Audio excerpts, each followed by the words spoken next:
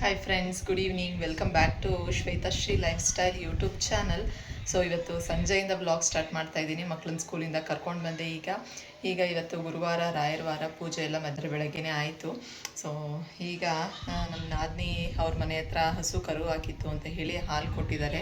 So ಇವತ್ತು ಗುರುವಾರ ಆಗಿರೋದ್ರಿಂದ ಸೊ ರಾಯರಿಗೆ ಇದರಲ್ಲಿ ಸ್ವಲ್ಪ ಗಿಣ್ಣು ಅಂತ ಹೇಳ್ತೀವಿ ನಾವು, ಅದನ್ನು ಮಾಡೋಣ ಅಂತ ಹೇಳಿಬಿಟ್ಟು, ಸೊ ದೇವ್ರಿಗೆ ಪೂಜೆಗೂ ಇಟ್ಟು ಹಾಗಾಗುತ್ತೆ, ನಮಗೂ ತಿನ್ನೋದಕ್ಕೂ ಆಗುತ್ತೆ ಅಂತ ಹೇಳಿಬಿಟ್ಟು ಗಿಣ್ಣು ಮಾಡೋಣ ಅಂತ ಹೇಳಿ ಈಗ ಹಾಲು ಒಂದು 2-3 ಲೀಟ್ರ್ ಅಷ್ಟೇ ಇದೆ ಇದು. ಸೊ ಹಾಗಾಗಿ ಅದಕ್ಕೇ ಈಗ ಇದನ್ನು ಕಾಯಕ್ಕಿಡೋಣ. ಇದಕ್ಕೆ ಅವಲಕ್ಕಿ, ಕಡಲೆ ಬೀಜ, ಹುರ್ಗಡ್ಲೆ, ಬೆಲ್ಲ, ತೆಂಗಿನಕಾಯಿ ತುರಿ ಇದೆಲ್ಲ ಹಾಕ್ಬಿಟ್ಟು ಮಾಡಿದ್ರೆ ತುಂಬ ಚೆನ್ನಾಗಿರುತ್ತೆ.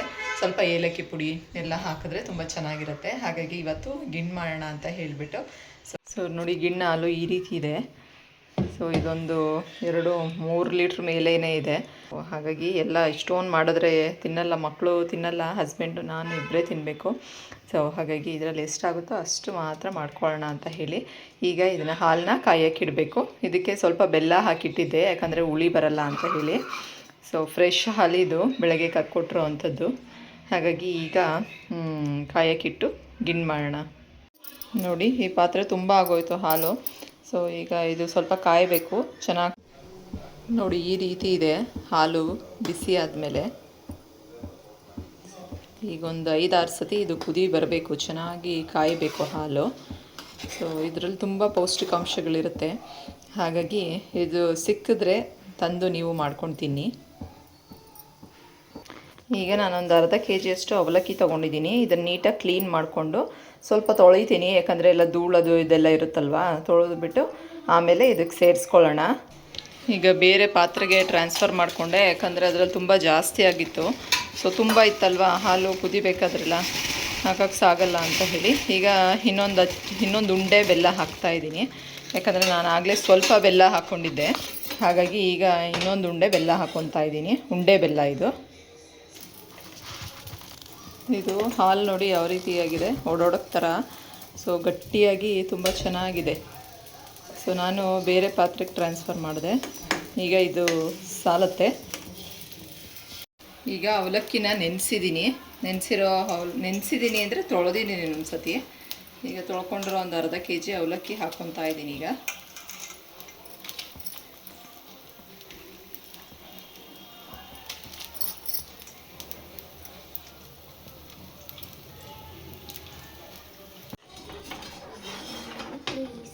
ನೋಡಿ, ಈ ರೀತಿ ಇದೆ.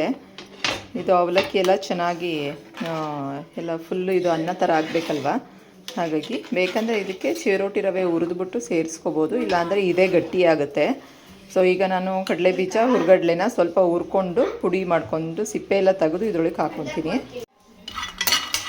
ಸಿಮ್ಮಲ್ಲಿ ಇಟ್ಕೊಂಡು ಸ್ವಲ್ಪ ಕಡಲೆ ಬೀಜ ಹುರ್ಕೊತಾ ಇದ್ದೀನಿ. ಇದೆಲ್ಲ ಸಿಪ್ಪೆ ತಗೊಂಡು ಅದರೊಳಗೆ ಹಾಕ್ಕೊಂಡ್ರೆ ತಿನ್ನಬೇಕಾದ್ರೆ ಬಾಯಿಗೆ ಸಿಗ್ತಾಯಿದ್ರೆ ಚೆನ್ನಾಗಿರುತ್ತೆ.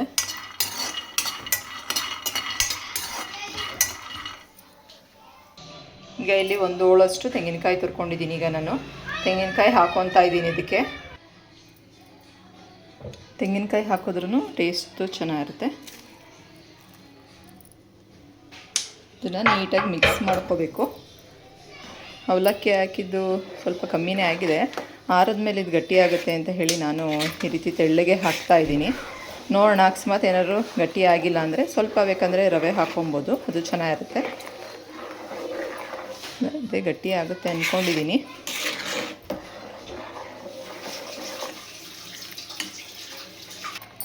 ಇದು ಸಿಪ್ಪೆ ಎಲ್ಲ ತಕ್ಕೊಬೇಕು. ಸೊ ಇನ್ನೊಂದು ವಾರದಲ್ಲಿ ಸಂಕ್ರಾಂತಿ ಹಬ್ಬನೂ ಇದೆ, ಅದಕ್ಕೂ ಎಳ್ಳು ಬೆಲ್ಲ ಎಲ್ಲ ರೆಡಿ ಮಾಡ್ಕೋಬೇಕು. ಸೊ ನಾನು ಯಾವಾಗಲೂ ಮನೆಯಲ್ಲೇ ಮಾಡ್ಕೊತೀನಿ ಎಳ್ಳು ಬೆಲ್ಲ ಎಲ್ಲನೂ. ಅಂದರೆ ಕೊಬ್ಬರಿ ಇರುತ್ತೆ, ಬೆಲ್ಲ ತಂದು ಕಟ್ ಮಾಡ್ಕೊಂಡು ಇದನ್ನೆಲ್ಲ ಹುರಿದು ಮಿಕ್ಸ್ ಮಾಡ್ಕೊಳ್ಳೋದಲ್ವ ಎಳ್ಳು ಬೆಲ್ಲ ಎಲ್ಲನೂ. ಸೊ ಅಂಗಡೀಲಿ ಅದು ಕಲ್ಸಕ್ಕರೆ ಎಲ್ಲ ಹಾಕಿರ್ತಾರಲ್ಲ, ಅದು ಅಷ್ಟಿಷ್ಟ ಆಗಲ್ಲ ನನಗೆ. ಹಾಗಾಗಿ ಯಾವಾಗಲೂ ನಾನು ಮನೆಯಲ್ಲೇ ಮಾಡ್ಕೊಂಡ್ಬಿಡ್ತೀನಿ. ಸೊ ಈ ಸಲಿನೂ ಮಾಡಬೇಕು. ಒಂದು ವಾರ ಇದೆ, ಅಷ್ಟರಲ್ಲಿ ಎಲ್ಲ ಮಾಡ್ಕೋಬೇಕು. ಇದು ಅಷ್ಟೇ ಸಿಮ್ಮಲ್ಲಿ ಇಟ್ಕೊಂಡೇ ಮಾಡ್ತಾಯಿದ್ದೀನಿ, ಯಾಕಂದರೆ ತಳ ಹಿಡಿಯೋ ಚಾನ್ಸಸ್ ಇರುತ್ತೆ. ಹಾಗಾಗಿ ತುಂಬ ಚೆನ್ನಾಗಿ ಬಂದಿದೆ. ಸಂಜೆ ಆಗಿದೆ ಆಲ್ರೆಡಿ. ದೇವ್ರ ಪೂಜೆಗೆ ಪ್ರಸಾದ ಎಲ್ಲ ರೆಡಿ ಆಗ್ತಾಯಿದೆ.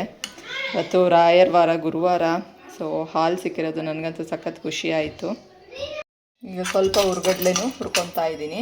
ಸೊ ಇದು ಆಲ್ರೆಡಿ ಆಗಿದೆ, ಕಲರ್ ಬಂದಿದೆ. ಈಗ ಸ್ಟವ್ ಆಫ್ ಮಾಡ್ಕೊಳ್ಳೋಣ.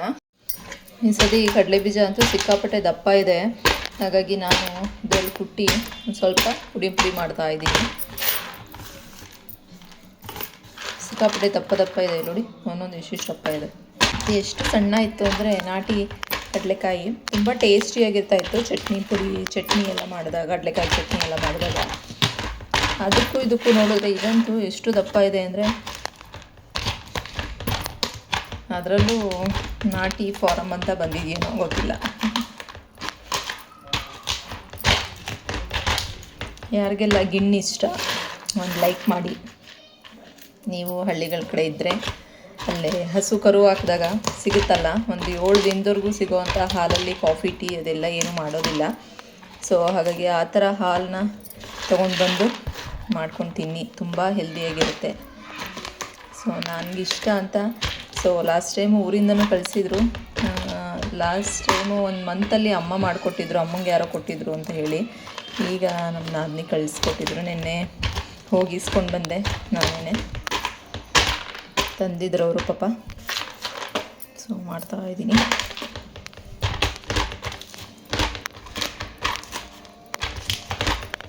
ಎಲ್ಲ ಪುಡಿಯಾಗಿದೆ. ಗಿಣ್ಣಂತೂ ತುಂಬ ಚೆನ್ನಾಗಿರುತ್ತೆ. ಹಸು ಕರು ಹಾಕಿದಾಗ ಗಿಣ್ಣು ಮಾಡಿ ದೇವ್ರಿಗೆ ಪೂಜೆಗೆ ಅಂತಲೂ ಕೊಡ್ತಾರೆ. ಹಸುವಿನ ಮೊದಲನೇ ಹಾಲಲ್ಲಿ ಗಿಣ್ಣು ಹಾಲು ಅಂದರೆ ಅದು ಎಷ್ಟು ಪೌಷ್ಟಿಕಾಂಶ ಇರುತ್ತೆ ಗೊತ್ತಾ ಅದರಲ್ಲಿ. ಸೊ ಹಾಗಾಗಿ ಸಿಕ್ಕಿದ್ರೆ ನೀವು ಮಾಡ್ಕೊಂಡು ತಿನ್ನಿ, ತುಂಬ ಒಳ್ಳೆಯದು. ನೋಡಿ ಇದಕ್ಕೆಲ್ಲ ಹಾಕ್ಕೊಂಡು ನೀಟಾಗಿ ಮಿಕ್ಸ್ ಮಾಡ್ಕೊಬೇಕು. ಸ್ವೀಟ್ ಎಲ್ಲ ಕಡಲೆ ಬೀಜ, ಕಡಲೆಪಪ್ಪು ಎಲ್ಲನೂ ನೀಟಾಗಿ ಮಿಕ್ಸ್ ಆಗಬೇಕು. ಕಾಯಿ ತುರಿ ಎಲ್ಲ ಹಾಕಿದ್ದೀವಲ್ಲ, ಹಾಗಾಗಿ ಎಲ್ಲ ಮಿಕ್ಸ್ ಆಗಿ ತಳ ಹಿಡಿಯುತ್ತೆ ಚಾನ್ಸಸ್ ಇರುತ್ತೆ. ಹಾಗಾಗಿ ಸಿಮ್ಮಲ್ಲಿ ಇಟ್ಕೊಂಡೇ ನಾನು ಮಾಡ್ತಾ ಇರೋವಂಥದ್ದು. ಮಾಡಿದಾಗ ಬಿಸಿಲು ತಿನ್ನೋಕ್ಕಿಂತ ಆರಿ ತಣ್ಣಗಾದ್ಮೇಲೆ ಒಂದಿನ ಬಿಟ್ಟು ತಿಂದರೆ ತುಂಬ ಚೆನ್ನಾಗಿರುತ್ತೆ. ಎಲ್ಲ ಪುಡಿ ಮಾಡಿ ಹಾಕ್ಕೊಂಡಿದ್ದೀನಿ ಹುರಿದು. ಸೊ ಗಿಣ್ಣು ರೆಡಿಯಾಗಿದೆ. ಇದು ಆರಿದ ಮೇಲೆ ತುಂಬ ಚೆನ್ನಾಗಿರುತ್ತೆ ತಿನ್ನೋದಕ್ಕೆ. ಒಂದು 2-3 ದಿನ ಇಟ್ಕೊಂಡು ತಿನ್ಬೋದು. ಫ್ರಿಜ್ಜಲ್ಲಿ ಇಡೋ ಅಂಥ ಅವಶ್ಯಕತೆ ಇರೋದಿಲ್ಲ. ಸೊ ತುಂಬ ಚೆನ್ನಾಗಾಗಿದೆ ನೋಡಿ ಗಿಣ್ಣು.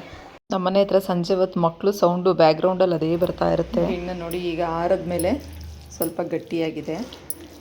ಹಾಗಾಗಿ ನಾವು ತೆಳ್ಳಗಿದ್ರೂ ಓಕೆ. ಈಗ ದೇವ್ರಿಗೆ ಪೂಜೆಗೆ ಅಂತ ಹೇಳಿ ಒಂದು ಬೌಲಲ್ಲಿ ದೇವ್ರ ಹತ್ರ ಇಡೋಣ ಅಂತ ಹೇಳಿ ರೆಡಿ ಮಾಡ್ತಾಯಿದ್ದೀನಿ. ಸೊ ಗಿಣ್ಣು ರೆಡಿ ಇದೆ. ಬಿಸಿ ಇನ್ನು ಹೊಗೆ ಬರ್ತಾ ಇದೆ. ಸೊ ಆರಿದ ಮೇಲೆ ತಿಂದರೆ ತುಂಬ ಚೆನ್ನಾಗಿರುತ್ತೆ. ನೋಡೋಣ ಆಮೇಲೆ ಸ್ವೀಟೆಲ್ಲ ಹೇಗಿದೆ ಅಂತ. ಸ್ವೀಟು ಮೀಡಿಯಮ್ ಆಗಿದ್ದರೆ ಸರಿ, ಜಾಸ್ತಿ ಆದರೆ ತಿನ್ನೋಕ್ಕಾಗೋದಿಲ್ಲ. ಸೊ ನೋಡಿದ್ರಲ್ವಾ ಗಿಣ್ಣು ಯಾವ ರೀತಿ ಮಾಡೋದು ಅಂತ. ನಾನು ಈ ಮೆಥಡಲ್ಲಿ ಮಾಡೋ ಅಂಥದ್ದು. ಒಬ್ಬೊಬ್ಬರು ಬರೀ ಹಾಲು ಬೆಲ್ಲ ಏಲಕ್ಕಿನೇ ಹಾಕಿ ಕುಕ್ಕರಲ್ಲಿ ಕೂಗಿಸಿ ಅದೇ ಬೇರೆ ಥರ ಮಾಡ್ತಾರೆ. ಅದು ಸಾಫ್ಟಾಗಿ ತುಂಬ ಚೆನ್ನಾಗಿರುತ್ತೆ. ಸೊ ಗಿಣ್ಣು ಮಾಡಿ ದೇವ್ರಿಗೆ ನೈವೇದ್ಯಕ್ಕೆಲ್ಲ ಇಟ್ಟಾಗಿದೆ. ಸಂಜೆ ಪೂಜೆನೂ ಮುಗೀತು. ಇವತ್ತು ಗುರುವಾರ, ರಾಯರ ವಾರ. ಕಡೆ ಈ ರೀತಿ ಮಾಡ್ತೀವಿ ನಾವು. ಸೊ ತುಂಬ ಚೆನ್ನಾಗಿ ಬಂದಿದೆ. ನೋಡೋಣ ದೇವ್ರಿಗೆ ಈಗ ಪೂಜೆಗಿಟ್ಟು ಆಮೇಲೆ ಟೇಸ್ಟ್ ಮಾಡೋಣ. ಸೊ ಇವತ್ತಿನ ಬ್ಲಾಗ್ ಗಿಣ್ಣು ಮಾಡೋವಂಥ ಬ್ಲಾಗ್ ಆಗಿತ್ತು. ಸೊ ನಿಮಗೆಲ್ಲ ಇಷ್ಟ ಆಗುತ್ತೆ ಅಂತ ಅಂದ್ಕೊಂಡಿದ್ದೀನಿ. ಇಷ್ಟ ಆದರೆ ಲೈಕ್ ಮಾಡಿ, ಶೇರ್ ಮಾಡಿ ಮತ್ತು ಸಬ್ಸ್ಕ್ರೈಬ್ ಮಾಡ್ಕೊಳ್ಳಿ. Thank you so much. Have a nice day. Bye. ಇನ್ನು ಯಾವ ರೀತಿ ರೆಸಿಪಿ ಬೇಕು ಅಂತ ನೀವು ಕಮೆಂಟ್ ಮಾಡಿ ತಿಳಿಸಿದ್ರೆ ನಾನು ಆ ರೀತಿ ರೆಸಿಪಿ ತೋರಿಸ್ಕೊಡ್ತೀನಿ. ಸೊ ಅಥವಾ ಬೇರೆ ಯಾವ ರೀತಿ ಬ್ಲಾಗ್ಸ್ ಬೇಕು ಅಂತ ಕೇಳಿದ್ರೆ ನಾನು ಮಾಡೋದಕ್ಕೆ ಟ್ರೈ ಮಾಡ್ತೀನಿ. ಪ್ಲೀಸ್ ಎಲ್ಲರೂ ಸಬ್ಸ್ಕ್ರೈಬ್ ಮಾಡಿಕೊಂಡು ಫುಲ್ ವಿಡಿಯೋ ನೋಡಿ. ವಿಡಿಯೋ ಯಾರು ಸ್ಕಿಪ್ ಮಾಡಬೇಡಿ. Thank you. ಬಾಯ್.